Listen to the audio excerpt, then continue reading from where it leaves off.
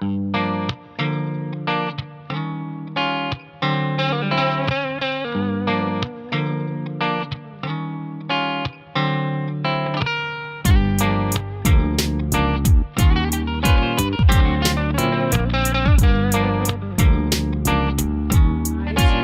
the local box store, and started with a trio of pregnant female guppies because I've always loved guppies. I had the wild caught from the Chesapeake Bay in Virginia when I was a child, 12 and 13 years old. And my mom and I share some great stories about, Susan, how many guppies do you think you actually had? And I said, I don't know, Mom, hundreds. But anyway, that was the beginning of my fish keeping back in my teens. And I went from guppies to mollies, and even got to save some fry while a female was died giving birth. So I actually was able to save a few fry by just gently easing them, squeezing them out of her little birthing tube. But I've kept guppies, and I guess within my first year I experienced the ghost shrimp and the peppered Corydoras palliatus egg layers, and started having babies and didn't even try. So that's some of the blessings when you're keeping fish, that nature has its way of reproducing without your help. And I've gone through different changes over the last 5 years of different stock. My followers on YouTube love to see what I do so much that they send me free fish. And that's how I went from 2 tanks to over 11 tanks. 6 or 9 are running right now. The others are shut down.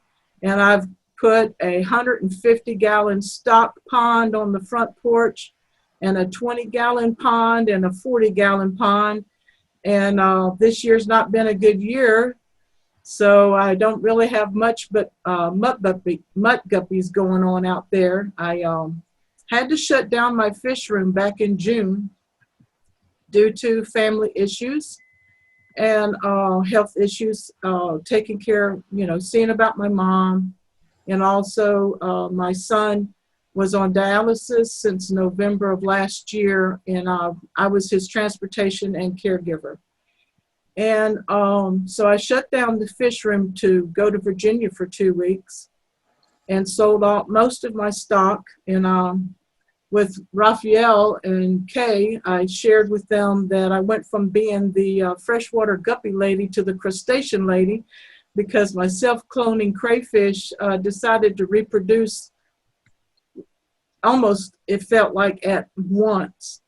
So, and then my mystery snails kicked off, and I had 6 tanks of mystery snails and crayfish. So when I got back from Virginia in July, I had the joy of catching 6 dozen crayfish and finding a new home for them. So pretty much right now with restocking, some of my followers on YouTube have sent me guppies. I've bought my own yo-yo loaches, koi angel, flash pleco, glass bloodfin tetras, and I was gifted with a very rare breed of endlers, the Santa Maria endlers. I don't know if y'all have heard of them. I had no idea what they were. I called them it was SM endlers on the bag, and I said, oh, small endlers. Well, aren't endlers small anyway? They have fun with me. I am an airhead sometimes, but I have a nice colony of them going right now, and I'm quite pleased. And I like DIY projects.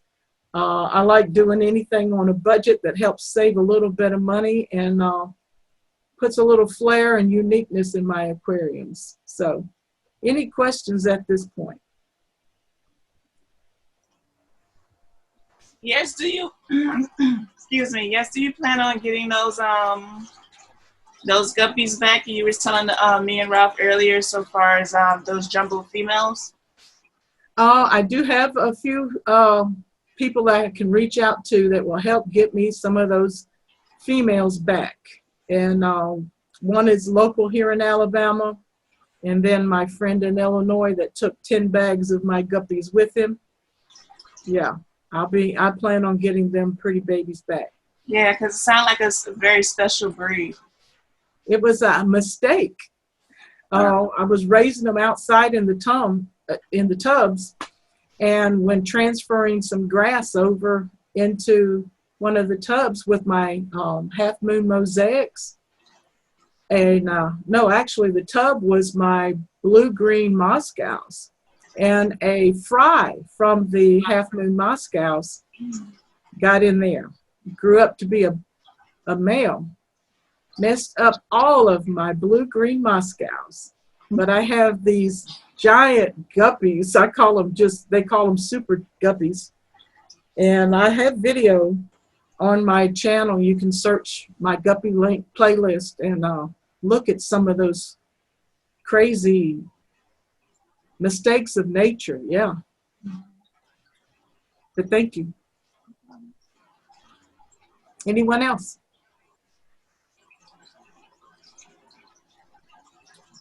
So what type of DIY projects you're doing or you have done? So I mean, I hear about your tub, so I figure you do a lot of outdoor stuff. I have a porch. I'm fortunate to have just two sides open. The other two sides are the walls of my house. And so they don't get much sunlight, so my floating plants don't thrive too well. But I have a hang on the back filter. I believe it's oh boy, it used to be a Tetra Whisper 20, but I've replaced that filter. But my husband cut the lip of the rim of the 20-gallon tub for me, just so that filter can fit in there. And the tubs do have a slight incline, you know. So sometimes the intake tube doesn't rest and it knocks the filter off. So what I do sometimes is remove the tube, the intake tube. I put the end of that filter tube on a I think it's a 1-inch tube to give it some flexibility. Let it lay down towards the substrate, and still keeps it going really well. Also behind me, which I'm hiding, is my floating media filter that is made from a 20-ounce drink bottle and multicolored straws cut up into 1 inch and ran by an air pump. So you can see it right here. Oh, yeah. It's been running for 4 years. It's covered by blackbeard algae. Looks like a mohawk going down its back. And so anytime that I'm starting up a new tank, I'll take it out of here because I have hang on the back, and I also have a large sponge filter in the back, which is hidden by the algae, hidden by the algae and the guppy grass tower. That's not algae, it's Java moss, sorry. But so I take it out, put it in the new tank, let it run for a couple weeks, add another sponge filter while it's seasoning, then I come and bring it back over here. I've done most of my lids are done by the polycarbonate greenhouse. I do have some glass here and there that slides back and forth. I've done outside pond filters, yeah, DIY, made out of plastic containers, power head pumps, mostly rocks and gravel and filter media. Okay. Any other questions? Let's do a little dinner party outside on patio. Because I said, I'm not going to the store, I'm just going to make them buy hats, so I have butter, sugar. So today, I thought we would talk a little bit about fish illness, and we'll touch on GH and KH I myself am learning about the KH and GH, and so I wanted to bring just a little bit of a beginner's guide, depending on your questions. And while I was studying GH and KH, I actually was able to finally solve a mystery. I had my dream fish. I had a whole school of the rainbow Bosemani rainbows with some a school of Denison barbs, and I lost all of my rainbows. My tank, my 55-gallon just crashed. And I was on live stream after live stream after live stream trying to solve the issue. I actually removed the fish from the tank because the tank pH was dropping below 7 into the 6 range, which was not good for rainbows. They have to have hard water. And so I was putting them in a tub with an air filter and a heater, and I was losing them in the tub. So what I discovered in studying about GH and KH, we all know that hardness is important to keep our pH stable. And there's a lot of things that go inside of our aquariums that can cause acid, and with not enough water changes and buffers sometimes to help stabilize that pH, an alkaline environment can quickly go acidic. And everybody should know that pH fluctuation is just like a death sentence for our fish, whether it's an acidic fish species or an alkaline species. So I found out that our filter media is #1 culprit. And what I mean by that is that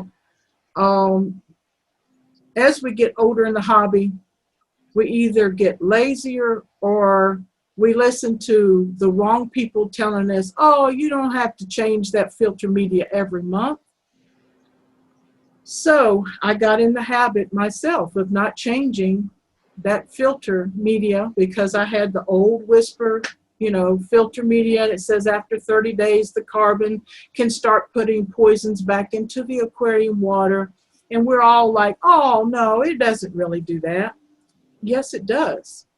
Because the carbon that's inside that filter media, it may not break down the ammonia and the bad bacteria effectively, but it causes a coagulation in the carbon itself. So years ago, I actually started splitting that filter bag open because the floss on the outside is still good with beneficial bacteria. And I would dump that old carbon out, and I would put like a 1/4 cup of active carbon, rinse it, and put it back in there and stick it back in my filter media. But what happened with my 55-gallon and my Bosemani rainbows is that we buffered the pH with baking soda. And I did small regular water changes to try to stabilize that pH again back into an alkaline environment. Out of my tap, I'm running 7.2 to 7.6 pH out of my tap. And it changes from season to season. And anyway, I still lost all of those beautiful rainbows. And I ended up selling the Denison barbs when I was shutting down the fish room. So GH and KH are important as far as helping to balance the pH that's in our aquariums, which is for the health of our fish and our plants. So if anybody here that doesn't do live plants, or does everyone here do live plants in your aquariums? Yes, I do. I know a lot of the club members do as well. You guys are muted. You can't unmute yourselves. We have some background interference, so if you want to ask a question, you can unmute yourself.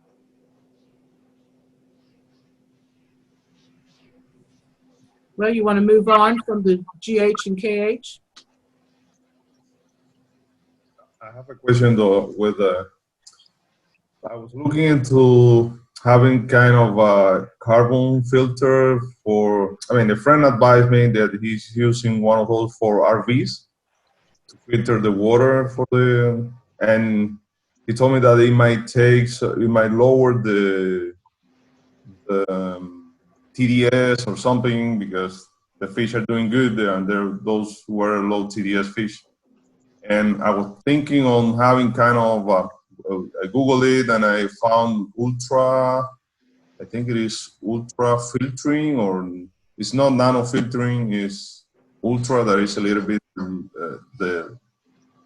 It's imagine having a few pipes, but little pipes like a 0.5 microns, something like that. Have you done anything like that, or know somebody does it, like having one of those main filters? It's just to filter the water, not to filter the aquarium water. No, I haven't done anything like that. I like to make my aquariums as natural as possible, and eventually I'm going to do an above the tank filter with the clay balls and the medium-sized gravel, and have some plants planted in there, terrestrial plants, matter of fact, and have it run through there and back into my aquarium. But the other technique that I'm doing right now is I don't do dirt as my substrate, but the old substrates that I have in my aquariums that have not been gravel vacked, I guess within 6 months, you know, you can start having some crooked spines and, you know, skinny disease going on. You know, something's in the water column that needs to come out. Even with regular water changes, my nitrates were staying off the scale. And so they were either high nitrates or acidic pH situations. So I'm going through now and capping my substrate with 1 and 2 inches of pool filter sand or black sandblasting sand. And a lot of people say, oh, if you have ground dwellers, bottom dwelling fish, oh no, don't use the black sandblasting sand. I have used black sandblasting sand for over a year now. No barb damage to any of my corridors or my yo-yo loaches. Matter of fact, it looks to me, it looks very beautiful to see your bottom dwellers swimming in the water column. And when they do dig into this black sandblasting sand, it's gentle, you know, and like my yo-yos, I don't know if you see them actually dancing for us over here all over the front of the screen. I have one that's egg bound now, and they've been going through some spawning activity, but I need to study on how to breed them. And they just swim so gently across the surface of that sand. So I've never had a problem with it.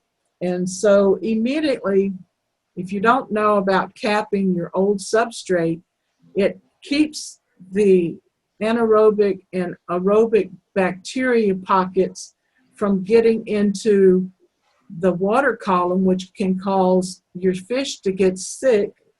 And also from the detritus and food decay, you know, adds more ammonium, and that turns into nitrites and, you know, goes through your filter system and breaks down to become beneficial bacteria or nitrates. And immediately when you cap that substrate with 1 inch, just take 1 inch of pool filter sand or silica sand or black sandblasting sand, your water column immediately becomes pure. Whatever's coming through your filtration is being filtered, and all of those toxins are now blanketed. But you want to use lots of stem plants with roots. And you want to put those plants into your new sand just above the old substrate so that the roots on that stem plant will start reaching down into the old substrate for its nutrients. And therefore, it makes your stem plant healthier. It makes it hungrier for the nutrients that's in that old substrate. And then whatever breaks down on the top should be caught up with your filtration. And you have to cut back on your feeding. You think your fish are going to starve because they always beg when you come over to the glass, I'm hungry, I'm hungry, I'm hungry. You're actually making your fish sick by overfeeding them. And I'm still learning how to cut back because I love feeding my fish.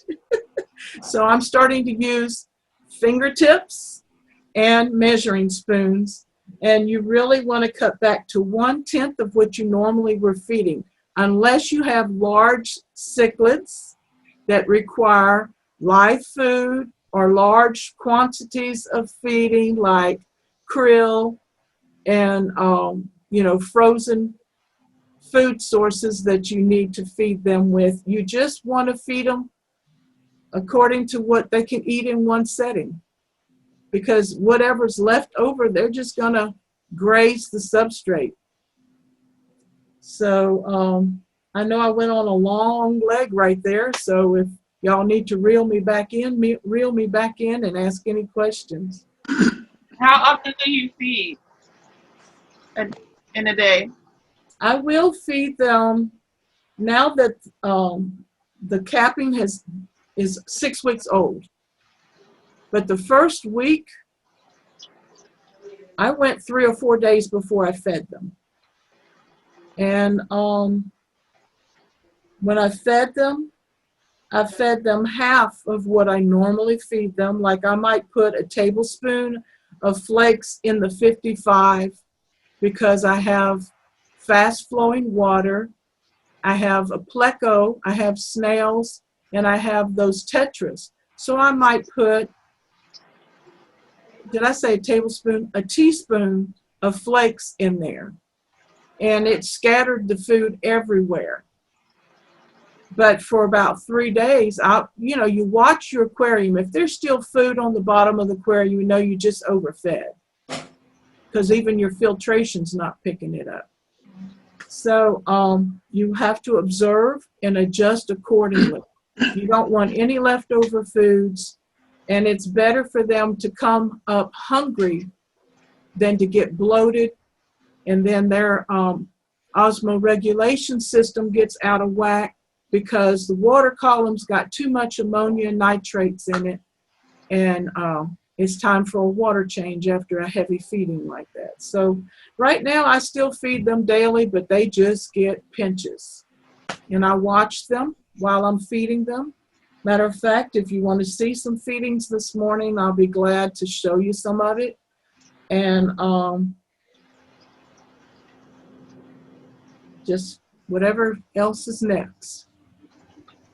You had mentioned so far as cleaning your filter media because the carbon can release the toxins back into the tank. So I have there's regular like filter pad flosses, and I have a carbon filter pad floss material to put in there for my filter media. And I just take everything out and just, when I do the water change, just rinse it in there and put everything back, including the carbon. Would that be an issue? Keep doing that with the carbon media? You do want to refresh your carbon because it does become toxic after a while. Okay. Or non-effective with releasing any carbon. Gotcha. And I don't do it with every water change because I'm still doing water changes every week on some of these tanks because they're just new set back up, even though I never really broke the tanks down. I left the substrates wet with some old tank water. The 2 months that my tanks were down, you know, the sponge filters dry out, so you want to clean them real good before starting them up. So they're basically still, I guess about, this is September, they're going on 3 months now, and they're getting well cycled again. So I can cut back on my water changes. I do water changes about every 2 weeks once they get established. But then if you see a problem, you want to do a water test. You want to find out what your TDS is. You want to find out what your pH is. You want to find out what your ammonia levels are and your nitrates. And if any of that's out of whack, you want to start doing some nice small, I'd say 10 to 20% water changes, and then do your water testing again, watch your fish and their behavior. And then sometimes you have to change up on your food depending on what's going on in the aquarium. What kind of black sandblasting sand are you using? It was the medium sandblasting sand from Tractor Supply. Okay. Not a particular brand. I don't have a bag anymore. I don't Okay. know what the brand was. They have Black Diamond. Is that, do you think is that the one you got? Black Diamond? I'm not really sure. Yes, I've been looking for those. I'm glad you mentioned it. And I've been looking for the sandblasting sand.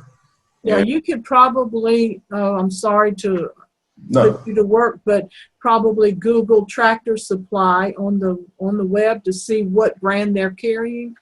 And I don't yeah, know. that's the one that at least the Tractor Supply that I use. Yeah, they had a medium and a fine grain. And Father Do you try Fish, the fine? Do you try the fine or? I didn't. Father Fish said the medium would be fine. Yeah, I know everybody says that, but I just wanted to see if, I mean, if it is. The pool filter sand works just as well. Yes, Yeah, it does. I like it, but it's white. I found at Ace Hardware, there is one that is yellowish, which is, I mean, sometimes I like the white sand, sometimes this yellowish is kind of looks better, but I'm looking for black one for some wild betas, so better colors. That's what I Can I want. ask you a question about your lighting, your plants? The lighting, Yeah, do you have any problem with algae at all? I have plenty of plants that are doing well, but I'm developing this black hair algae in a few of them. yes, behind me. Yeah, My 29 has always had black algae, black hair algae. And I know some of the lighting may be bright for you, but it's on the Anubias leaves here. I remove some of it and some of it I leave. I love watching it blow in the current. And it doesn't hurt anything. Eventually, you know, it will consume the leaf, but that's an aging leaf anyway. So the new leaf growth is underneath. And like this filter right here, it's just a mohawk down there. Now, when I did the water changes yesterday, I took the intake tube out of the filter and completely cleaned it on the outside and inside. Lighting, the light that's on this aquarium was given to me by my son-in-law who had cichlids, and I believe he had a saltwater reef tank at one time. And the brand name escapes me right now, but it has 3 lights. It has the moon lighting, it has the blue light, and it has a 10,000 lumen white light. So if I wanted any of this to clean up, I could cut back the hour that it stays on. Right now they stay on about 10 hours, but I love this natural look. It's trashy, but it looks more like nature than anything that I would have set up. I don't call this my show tank at all. Okay, thank you. You're welcome. With that pool sand, is it hard to do a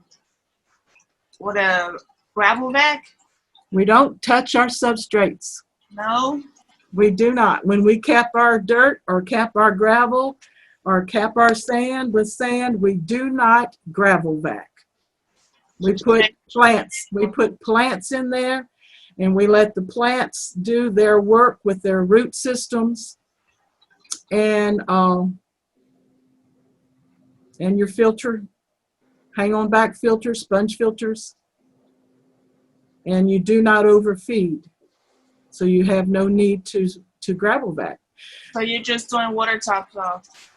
I do some, but I mostly do at least 10 to 20% water change. But you don't have to, after a while, once your plants get established and you're not overfeeding and you're not overstocking, your tank is for you to look at and observe and enjoy. And you'd have to really watch a lot of Father Fish's videos to understand that, because I'm still learning the process of enjoying my tank. And I've found out that it is important, if you don't have carbon in your hang-on-back filtration, it is still important once a month to rinse that filter floss off in tank water, old tank water, to get the mulm off of it, because the mulm actually can reverse the good that you're doing in your tank. It can cause your pH to drop. It can cause an alkaline environment to turn into an acid environment because there's too much mulm in your hang-on-back filter. You also want to change. I rinse my sponge filters when they start looking dirty or the water bubbles are diminishing. That lets me know it's time to take that out, give it a good rinse in some old tank water, and put it back in, and you will notice the bubbles immediately will increase again. So watching your tank and enjoying your tank sounds a whole lot better than maintenance every 2 to 3 weeks, doesn't it? Yeah, I have I would say one tank. I just do topsoil on it, but it's just full of guppies. So, and it's filled with plants, filled with moss. It even has some pothos plants in there as well. And the only thing I do with that tank is just top the water off. Well, topping the water off in the long run is not good, because you're not removing the nutrients and minerals out of the water that need to be recycled. You could be building up with magnesium. You could be building up unhealthy elements, trace elements that will eventually cause your tank to crash. So you're saying go ahead and just do a water change on it as well? Okay. Gotcha. Have some kind of schedule according to what's going on in your tank. If you're just topping it off all the time, eventually your tank will crash. Gotcha. And I have some red albino guppies, some high-end guppies too, and I cannot put them in the planted aquariums. They will just, get fin rot and just crash after that, the guppies. So Have you tested your pH? I have to keep them in tanks with nothing in it, just an empty tank, and just make sure I just keep the water changed. Well, you need to test your pH in both environments before you add them in there. For them to be getting fin rot, there's something acidic in there eating at their fins, or bacterial. Gotcha. Because remember, we have to test our waters because our eyes cannot see those invisible creatures. I think it's the pH is always good. I think it's more something with like the bacterial. So just make sure, to keep species only tanks, and that just stopped the problem with me having issues with putting fish in another aquarium. Also, as a hobbyist, and I've learned this, I don't always understand exactly what it means, but invest in a little $29, $25 TDS meter. Yeah, I got one right here. Yes. And my outside 40-gallon tub, because it has not had a water change in 2 years, I growed my duckweed in that pond for my goldfish that I keep in my 150 when I have some.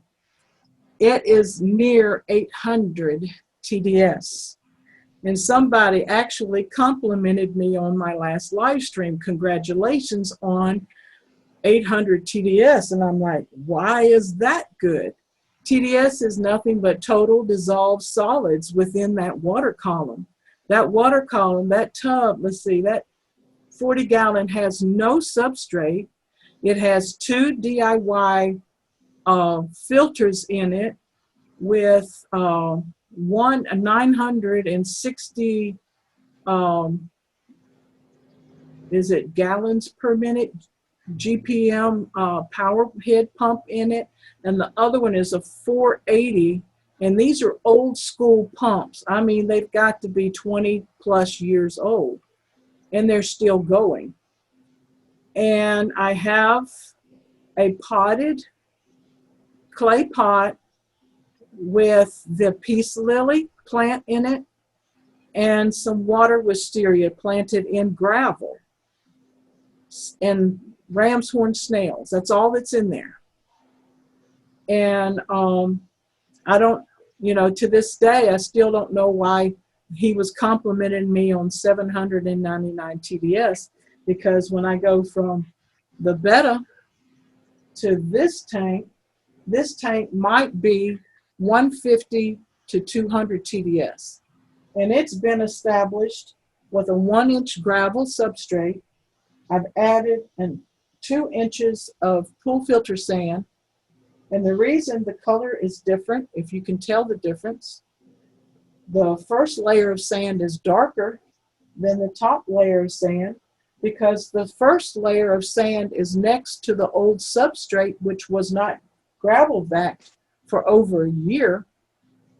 And so the first layer of sand has some of those good and bad nutrients in it. And the top layer of sand has already been filtered and oxygenized with the filter system and with the corridors that live in this aquarium. So they're sifting through the sand all the time. And I have some artificial plants and I have some live plants. I have the thin or the narrow leaf Java fern. I have a piece left of val in the back. And then this piece right here is the giant hair plant. I'm not sure what the scientific name of it is. And I keep hornswort or guppy grass floating at the surface. And most of my tanks have duckweed and frog bit in them as well. So this tool right here will help you when you're moving fish also, or getting new fish in. I always test the water in the fish bag and compare it to where they're going. And if it's, over 50 to 100 TDS different, then depending on where they're coming from, if the bag water is higher, then I'll do a drip system so they'll get used to it. And then if my tank water is higher, I'll do a small water change before adding the new fish. So, Susan, can you give us a tour of your fish room? Show us your tanks. all right. We're going to start with the 15 long that has a breed of guppies in it called the salmon skin magenta deltas that came from a friend. This is, I lost the males and had one female that gave birth to 2 drops that's in there. So this is the F5 and F6. You're not showing much color right now.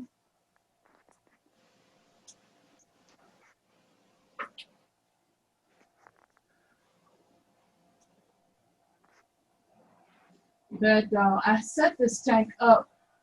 Can you still hear me? Can you still hear me? Yes. Yes, we can. All right. I set this tank up for a Shelly tank, but because I had Eco Complete in the bottom, everybody suggested to me, you know, they're going to dig in the sand and move things around. So I never got any Shellys. If I did add Shelly or get Shellys in the future, I would definitely add another inch or two of pool filter sand. And it's got some Texas.